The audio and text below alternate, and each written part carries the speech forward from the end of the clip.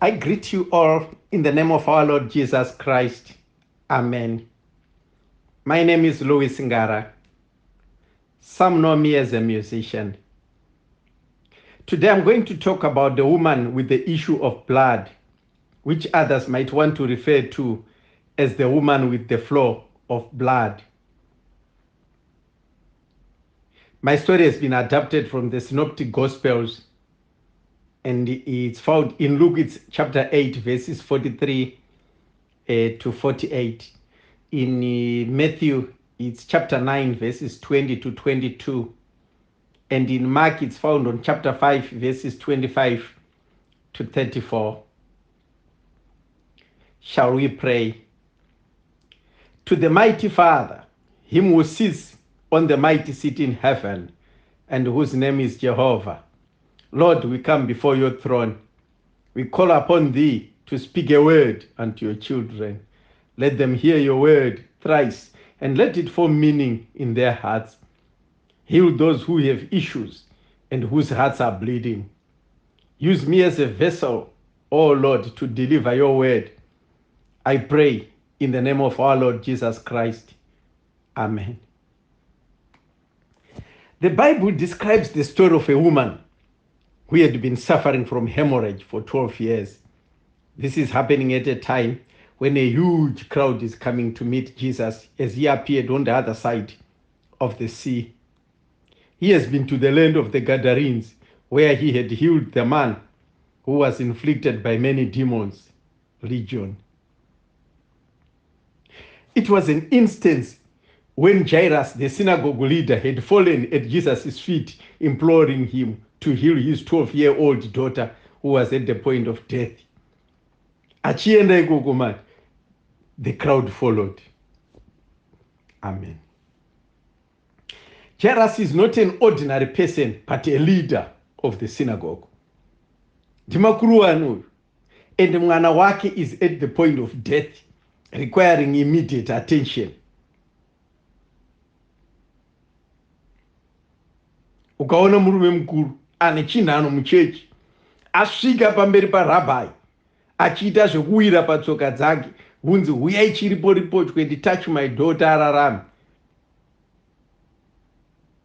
Panenge paine emergency.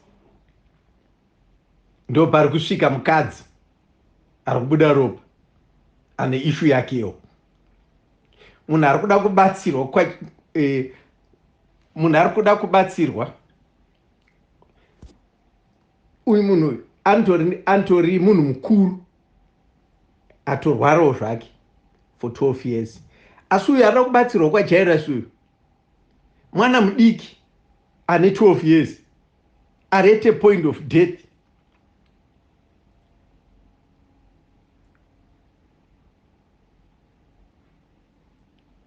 Kotangwani manje? Usually unozwa vanhu vachitoti kana kwatorwarawo mwana ungatorangarira kuti dai mwana ariye zvake aenda anoporeswa. After all, this woman haasiriye akanga achitorwara zvekuda kutofa, anga akutofa mwana. But this woman had been bleeding non-stop for 12 years and had tried different physicians and nothing had seemed to be working. If anything, she was getting worse. Zvichida varapi vezvipatara akavatenderedza, maprofita, kwangonzi madzibaba anenge anogona, I'm sure akanga apedza kwese. Magodoboriwo anoita zvechivanhu ndofunga akanga apedza vese. I think at this point akanga achizoti gojoto, zvaramba kwakungomirirawo zvamwari, nekuti even mari pakanga pasisina. She became broke because all her fortune was spent on the physicians. The woman was not only suffering from continuous bleeding for 12 years, but had a dirty and unclean feeling that resulted from being stigmatized and isolated by the society she lived in.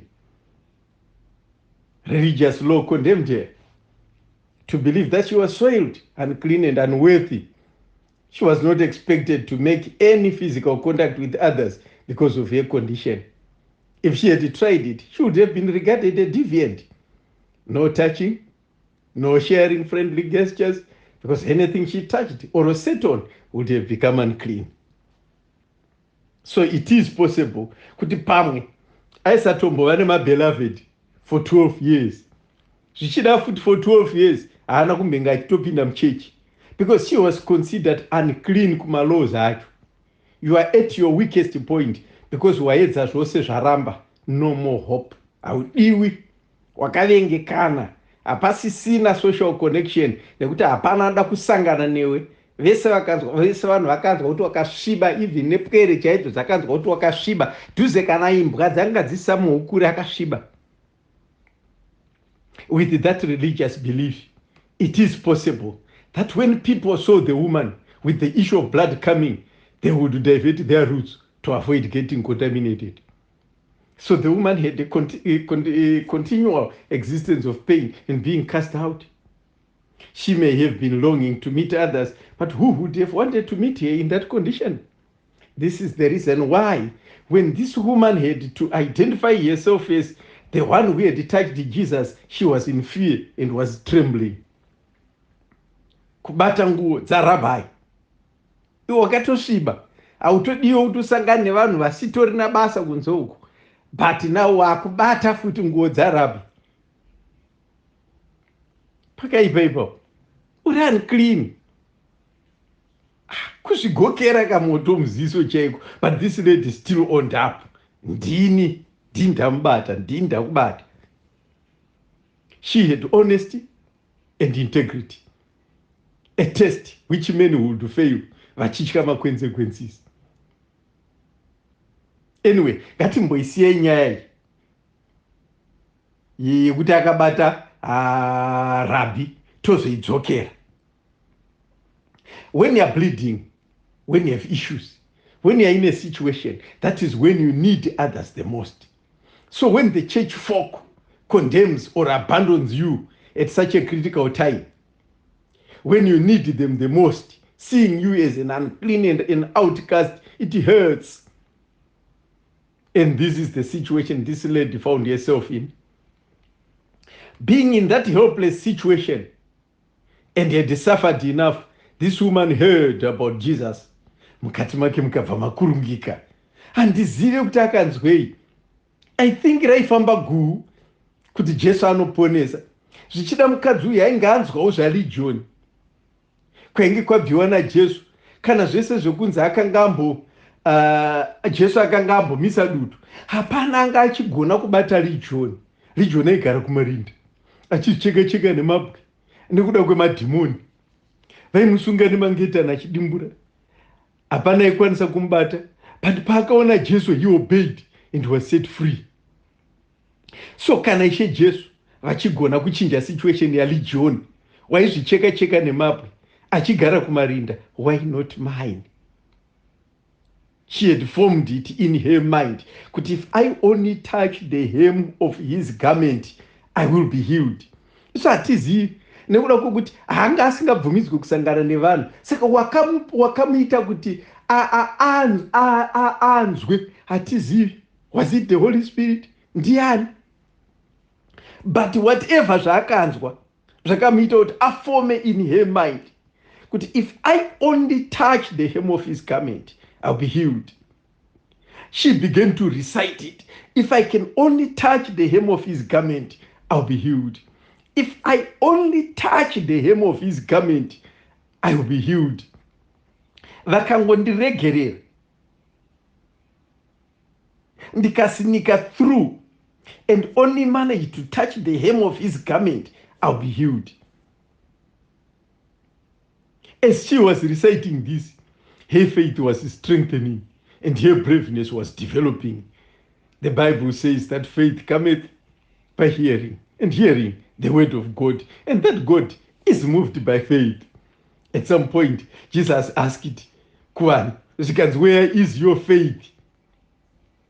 On another instance, he said, even if your faith is as small as a mustard seed, you can move mountains. Such faith is the substance of things hoped for. It was your wish, it was your hope aitoone faith yacho aitobelieve ndikangobata chete. To some extent nyaya itongo yekuti chete to some extent anga atopora kudhara achitoona chete kuti ndikangotobata. She believed zvanga achitofunga izvozvo. Unlike in Jairus' issue, Jairus aitoo mukuru wesinagoge aiziva malaws. Uyu mukadzi haana chaaiziva, anga angohwa kuhwa. And she believed. Kuti akanzwei, amen, I'm pretty sure zvaakanzwa hazvina chekuita nemalaws. Because kana watichwa about malaws, ukanzwisisa about malaws, anga haumugume murabhai. Unotya, hausangane navo vanhu. Maybe akanzwa zvegrace. So by deciding to get into the crowd and aim to touch the hem of Jesus' gown, the woman had passed the stage of fearing any consequences. Hamaina baba hamusandicheme akana ndafa anehondo angaita inonzi chauya. I think akanga atsinzinya akati heno pachitoko. The woman had also passed the stage of fearing the law, just being in the crowd. Because just being in the crowd, kutongove kwake mcrowd, I mean, she had broken many Levitical laws. So for her to touch the hem of Jesus' garment was an act of faith in 2 ways, and probably 3 ways. That I will do it, and I will not be caught. And if I can only touch the hem of his garment, then I will be healed. And if I get caught, then I will face the consequences. Even zvichireva kutakwa nemabwe, who cares? Kuhondo. Please note that in this particular occasion, the bleeding woman decided to do something different, something she had not been doing for the past 12 years. Nekuti for the past 12 years, her eyes were fixed on her problem. Ndiano angandidone zvandiri izvi. Isitiriwe maBP kaizvo. Isitiriwe mapiritsi. Chirwere changu cheshuga. Hapana chichachinja, tiri pachirongwa izvi. Takungopona nemapiritsi izvi. Ini munhu wese anotozviziva kuti ndinorwara. People get to accept their conditions. However, on this particular day, the woman fixed her eyes on the chief physician, Jesus, who was the solution and not a problem. The brave woman crept through the crowd to reach the Lord. Whilst some may have seen this as frenetic, she managed to achieve her goal. From behind Jesus, she touched the fringe or hem of his garment, and immediately her hemorrhage stopped. The woman took advantage of a situation where people were only thronging on Jesus, and she decided to give a touch, tapping into the power that was in the Lord, which neither of those people who were thronging were doing. Imagine how many people who were there, who had issues. But we only hear of Jairus and the woman with the issue of blood reaching out to Jesus. It is possible that people can be in the right crowd, but not pressing in. It is also possible that people can be in the right crowd, but simply going with the flow, missing their healing in the process. Crowds have often simply followed without even understanding what they are doing. Vanhu vangotanga kumhanya vachienda uku, unongoona vanhu vatoteera, vanotozonoona vakura iwe ikoko, havatombozive why vari kufollowa. When Jesus was coming from the other side of the sea, they went to meet him. When he was going towards Jairus, they followed.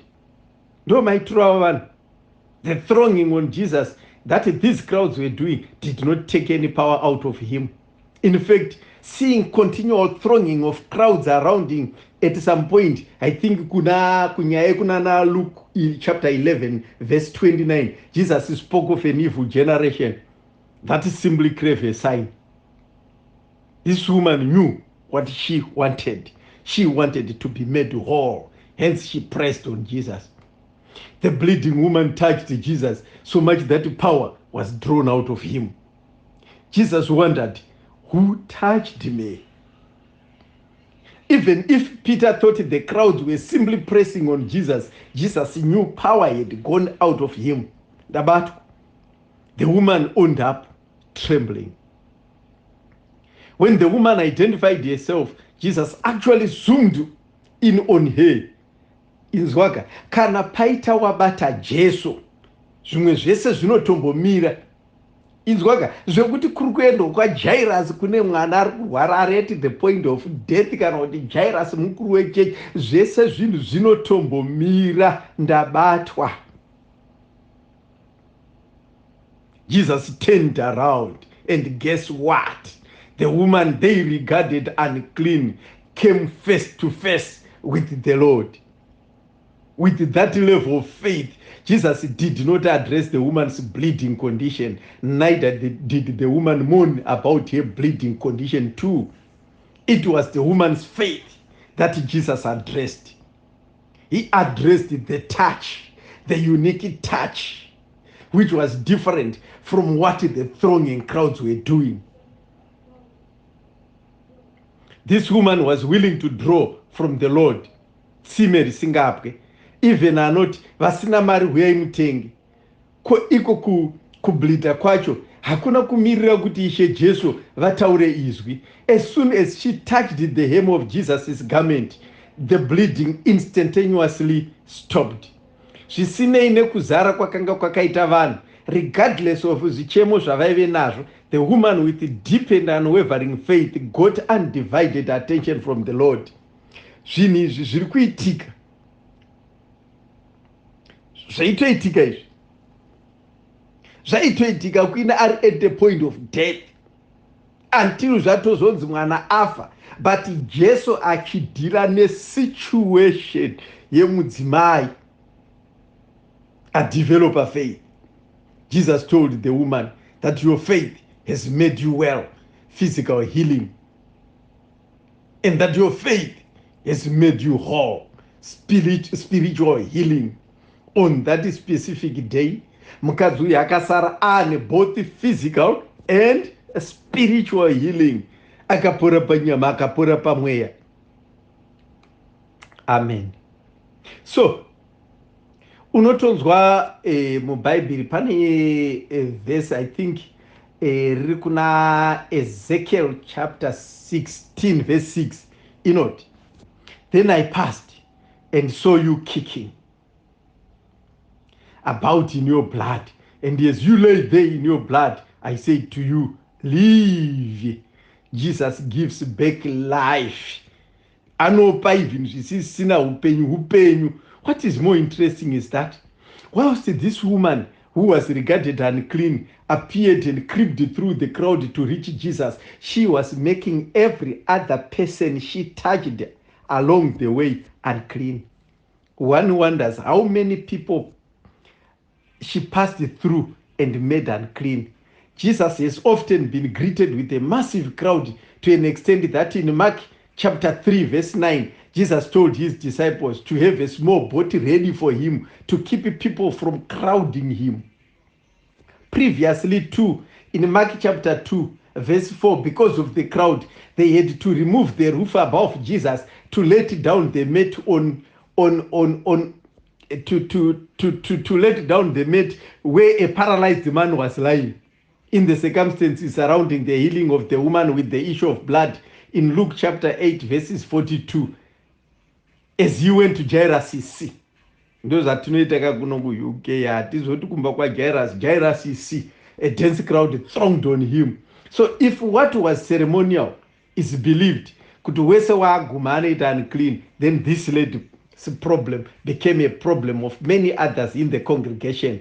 When you are bleeding and they fail to give you attention regarding you as unclean, the whole congregation may suffer. You are not alone. If what was ceremonial is anything to go by, then vazhinji vaifunga kuti ndo vatsvene on that specific day, ndo vakasara vava unclean, mukadzi uyu aponeswa. When Jesus asked, who touched me? And the woman identified herself trembling. They thought she was in for a big trouble. Interestingly, Jesus sees things differently. Jesus did what they were not expecting. Instead of being repulsed or disgusted by her, he responds with peace, acceptance, and grace. With this knowledge in mind, my brothers and my sisters, we are taught to learn that Jesus intimately loves us in times of pain, heartache, isolation, or loneliness. Tinodiwa naJesu. Indakatomboimba rumbo rwokuti unodiwa naJesu. Kana paine vanozoruda nditsvagei Louis Ngara 078 599 01108 UK. Vanoda music ya Louis Ngara +44 78 599 01108. Thank you.